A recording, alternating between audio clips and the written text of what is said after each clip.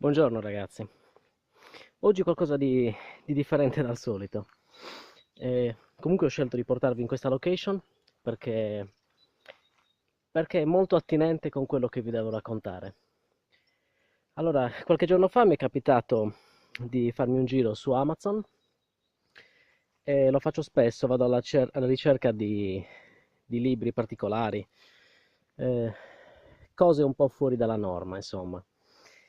E il primo libro che mi è capitato, frugando, cercando eh, Enigma, è stato questo libro, scritto da questo signore, Rosario Marrone, e che mi ha colpito subito perché la copertina aveva dei colori brillanti che ricordavano un po' l'arte orientale. Mm, Non so, un po' art déco. E quindi comunque, poi letto il titolo, eh, ho pensato che era il caso di provare. Allora, questo libro si intitola L'Antenata ed è una storia un po' curiosa. Racconta le vicende di questo ragazzo, di questo Eddie Enigma.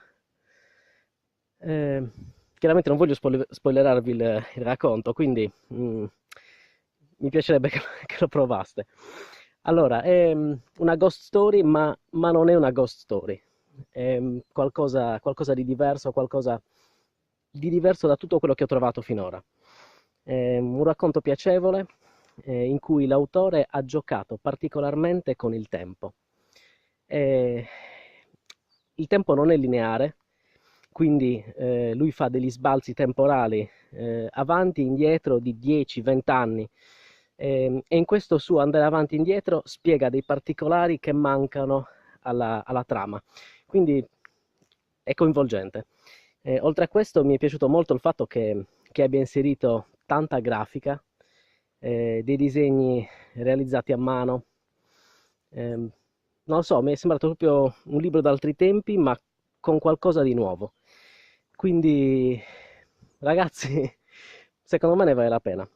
Provate questo libro, vedete un po' poi cosa ne pensate. Eh, e vi dico già da adesso che vi spiazzerà anche per l'uso delle forme verbali. In certi momenti vi viene il dubbio, ma è adesso che sta parlando? No, no, forse sta raccontando di prima. E insomma, è uno di quei libri che vi fa pensare. È davvero piacevole. Adesso mi faccio anche un giro qua, visto che ci sono. Non so se ve l'ho detto, ma il motivo è anche che mi ricordava un po' questo posto. Quindi diciamo che comincia esattamente così. Comincia con un'esplorazione che non si doveva fare. Ragazzi, per oggi è tutto. Ci vediamo alla prossima. Ciao.